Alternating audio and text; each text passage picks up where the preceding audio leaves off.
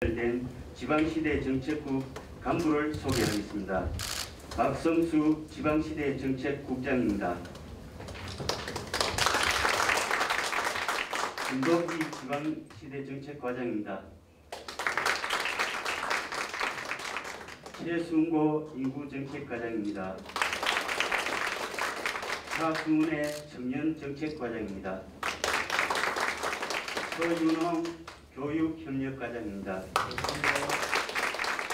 구자희 외국인 공동체과장입니다. 보고 드릴 내용은 경북주도 인력 양성 협력체계 구축 방안입니다. 저희들 지방시대국이 1월 1일 날 출범을 하고 그 사이에 여러 가지 보고도 올렸는데 오늘 직접적으로 저희들 설명 올리고 그 다음에 고견도 듣고 그리고 앞으로 향후 방향에 대해서 저희들도 설명드리는 그런 순서를 갖고자 오늘 대변인실에서 이렇게 제안해 주셔서 오늘 이렇게 모시게 됐습니다.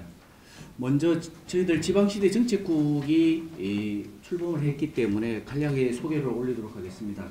저희들 지방시대 정책국은 전국에서 최초로 지방에 관한 업무를 총괄하는 컨트롤 타워로 만들어진 최초이면서 지금까지는 유일합니다. 1월 1일자로 출범을 했고 설명드리는 바와 같이 5개과 72명 정도로 출범을 했습니다. 가장 중요한 업무는 기회발전 특구 같은 국가 공모 사업입니다. 기회발전 특구가 현재 논의되고 있는데 이 부분은 뭔가 하면 실제적으로 기업이 비수도권에 투자 유치를 하려고 그러면 세제 혜택이 많아야 됩니다. 중견 중소기업에 대해서는 상속세까지도 면제하는 게 논의되고 있습니다. 특히 기회발전 특구에서 가장 중요한 것은 저희들이 대기업에 대해서 가서 말씀드려보면 다른 것도 중요하지만 규제를 좀 풀어달라. 뭐 하나 우리게 허가받으려면 3년에서 5년 걸려서 골든타임을 놓치는 경우가 있는데 요 기회발전 특구에는 현재 논의되고 있는 게 지방이 요청하면 중앙정부가 국방이든 그런 예외적인 걸 제외하고 다 허용하는 형태로 지금 만들어지고 있어서 요 부분이 저희들이 담당하고 있고 두 번째 교육특구, 교육자유특구는 실제적으로 여기에는 여러 가지가 있지만 현재는 초중고에 대한 어떤 새로운 모델이나 특성화 고등학교를 지자체 수준에서 만들 수 있도록 하는데 요거는 교육청이 주관하면서 저희들하고 협력하고 있습니다. 2차 공공기관 이전이 지금 올해 상반기에 방향을 잡고 하반기부터 시작하게 됩니다. 2차 공공기관 이전이 저희들이 또 담당하는 업무 중에 하나입니다. 그리고 인구 소멸 대응에 대한 종합적인 거와 특히 2월 말부터 시작되게 되는 대학 교육부의 대학 근한 이전도 저희들 국에서 담당하고 있습니다.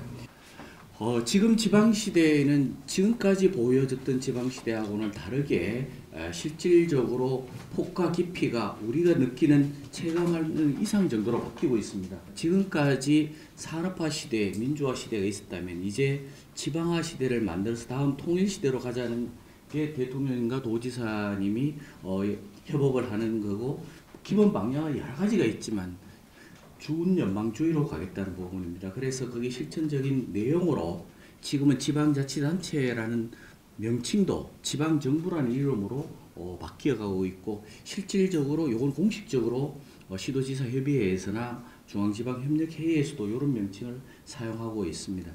우리가 중앙이 어떻게 돼가는지 궁금해하는 게 아니라 중앙이 우리 지방이 무엇을 생각하고 있는지를 궁금해하는 시대로 바뀌어가고 있는 게 지금 현실입니다. 그래서 지금 우리가 지방시대 정책국이 지사님의 지시를 받아서 저희들이 추진하고 있는 거는 대학 근한을 하나 가져오겠다 아니면 공모에서 뭐를 더 따오겠다라는 그런 지방시대가 아니라 사실상 국가를 운영하는 그러한 판을 바꾸는 그러한 흐름으로 지금 지방시대 정책국이 움직이고 있고 향후 업무도 그런 방향으로 진행된다고 보고 드리겠습니다.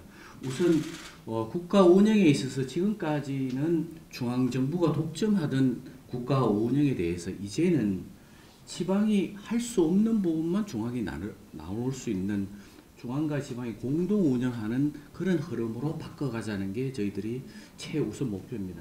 대기업뿐만 아니라 중견 중소기업이 핵심 경제 주체가 돼서 발전시킬 수 있는 그러한 부분으로 저희들이 가고 있고 그러한 부분을 지방대학하고 함께 하겠다는 겁니다. 그래서 지금까지 성장 모델이 자본하고 노동하는 자본은 대기업 자본, 노동은 서울에 있는 인력 중심으로 갔다면 이 자본에 지방정부가 들어가고 이 노동에 지방대학 학생들을 양성해서 지방주도 성장 모델로 해서 중앙과 함께 경제 발전을 시키겠다라는 게 저희들이 경제 성장의 주도 모델도 이제 균형적으로 가져가겠다라는 거고 우리의 현실은 이렇습니다. 매년 9,000명 정도 대구하고 합치면 한 2만 명 정도 다른 부분이 인구가 줄어드는 것도 문제지만은 청년이 매 2만 명 정도가 대구 경북에서 빠져나가고 있고 그 중에 우리 경북에 9,000명 정도 매년 울릉군 하나씩이 없어지고 있습니다.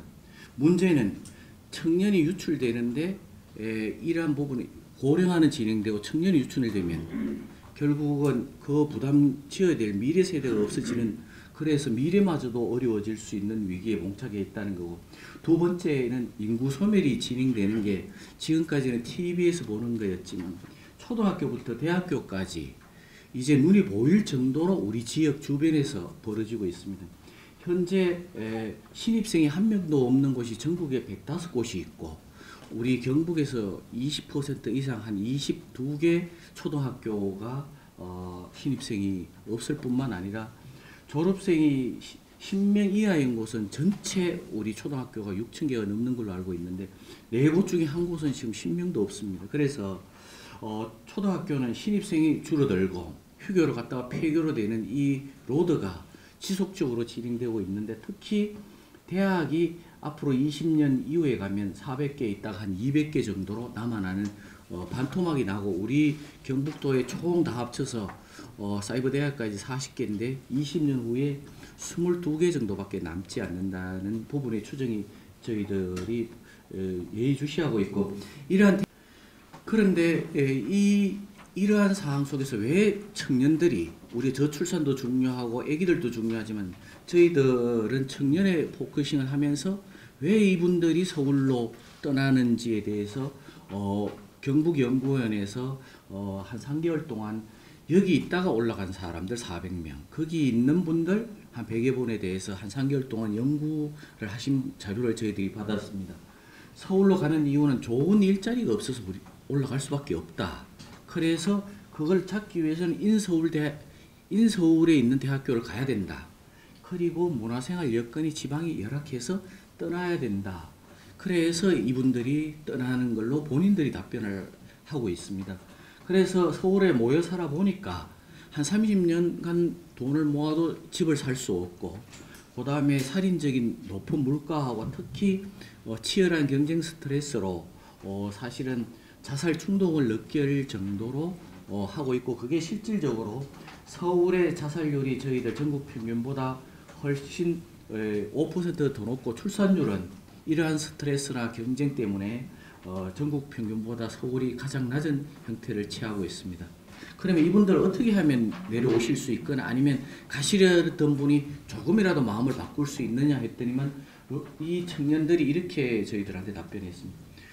지방에도 지방대학 나와도 양질의 일자리를 가질 수 있도록 가시적인 모습이 나타나야 된다는 거고 두 번째 임금이 전부는 아니지만 좋은 인생 설계를 할 뿐만 아니라 임금 부분에서도 수도권과 비슷한 정도로 보장이 돼야 된다는 것과 열악하지만 이제는 이러한 청년들의 요구에 답하지 않으면 청년들이 여기 남지도 않고 그래서 그것을 지방이 답하면서 중앙에 요구를 해야 된다라는 부분이고 그것을 경북이 먼저 하겠다라는 그런 부분입니다. 그래서 저희들은 꿈은 지방대학 나와도 사실은 그래서 중소기업, 중견기업 들어가도 대기업 연봉만큼 받고 서울처럼 누릴 수 있는 그런 부분에 대한 계획이 나오지 않으면 실질적으로 청년들이 올라가는 흐름을 조금이라도 막을 수 없다라는 부분이고 그렇게 해야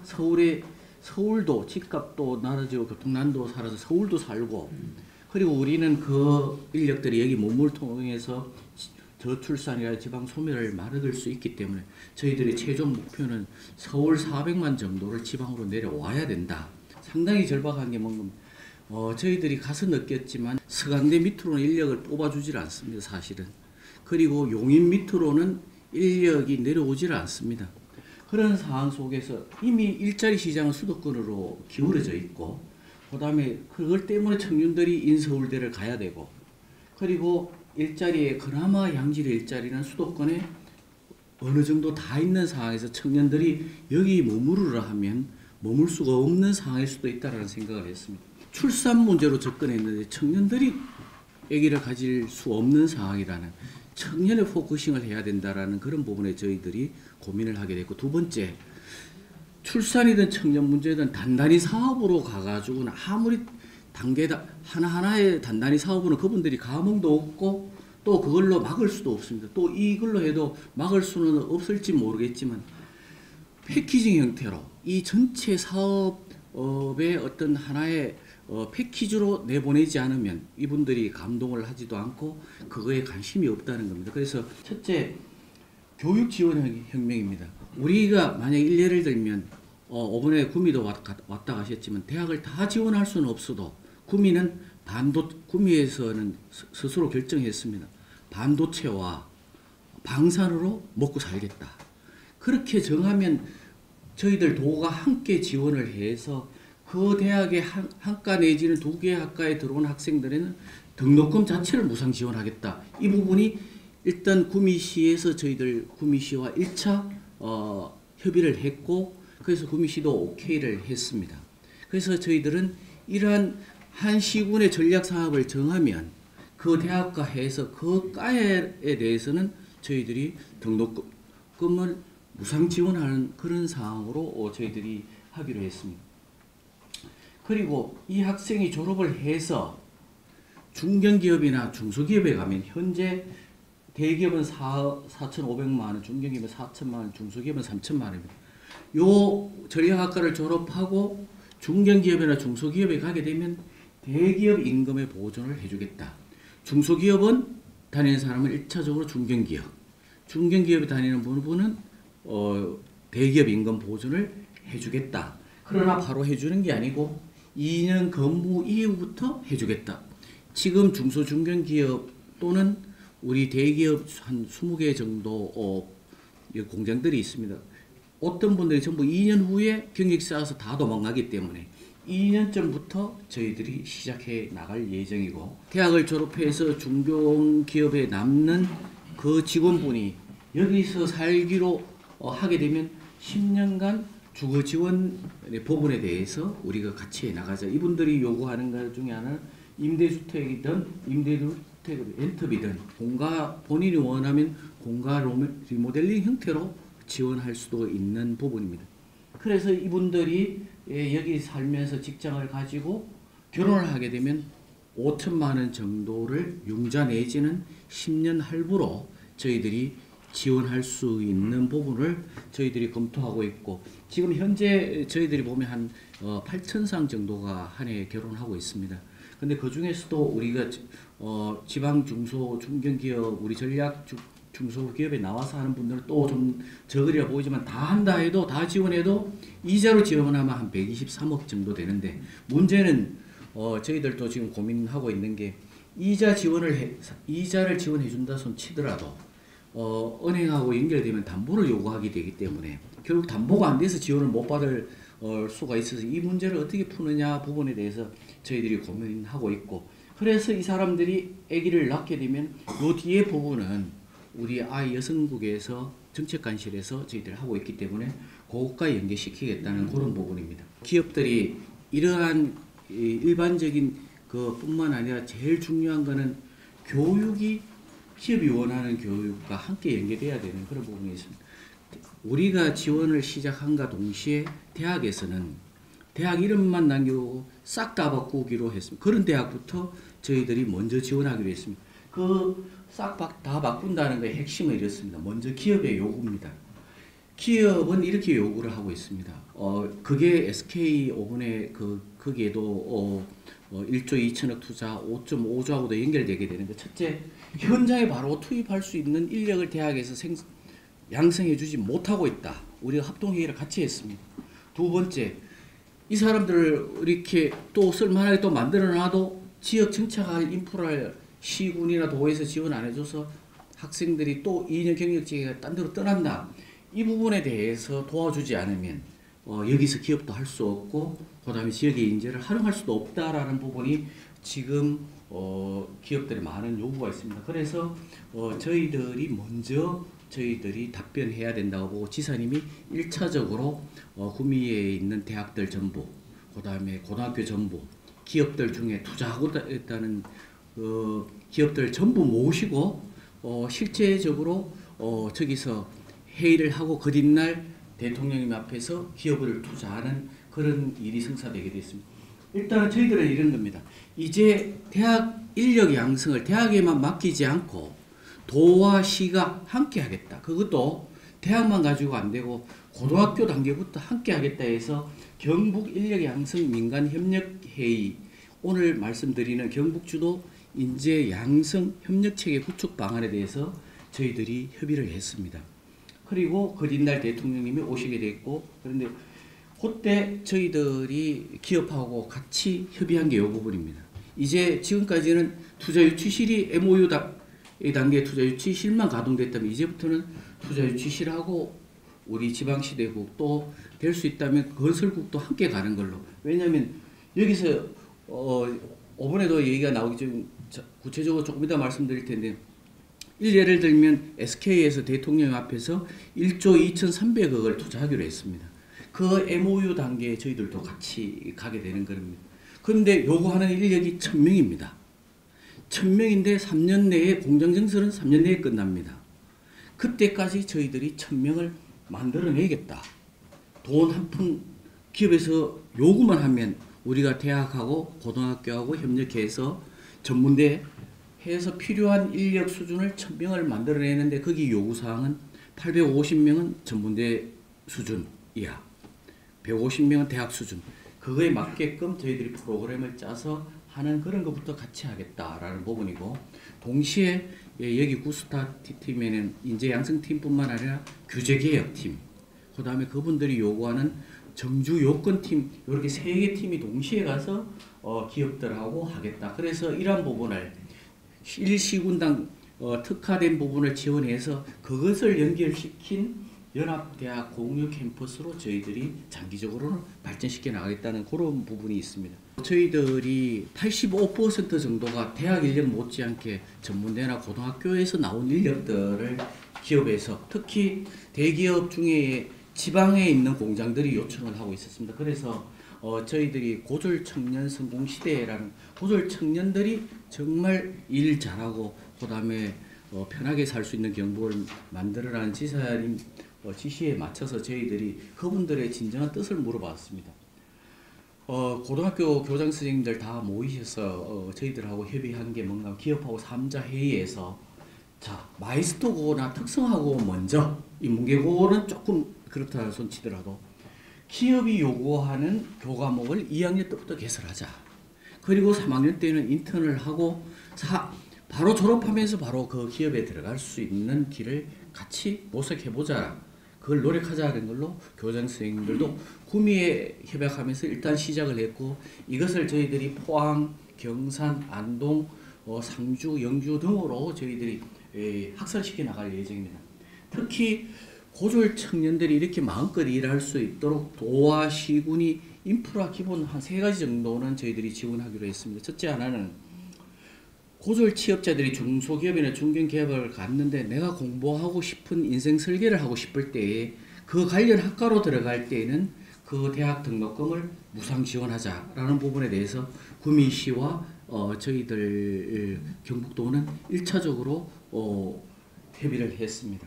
그리고 요분들이 졸업을 하고 취업 2년 후에부터는 또 다시 서울로 전부 다 떠나갑니다. 그래서 이런 분들에 대해서는 2년 후부터는 대졸 임금을 보존할 수 있도록 기업하고 협력해 나가기로 그렇게 몇몇 기업에서는 저희들한테 협의를 해주시기로 했습니다.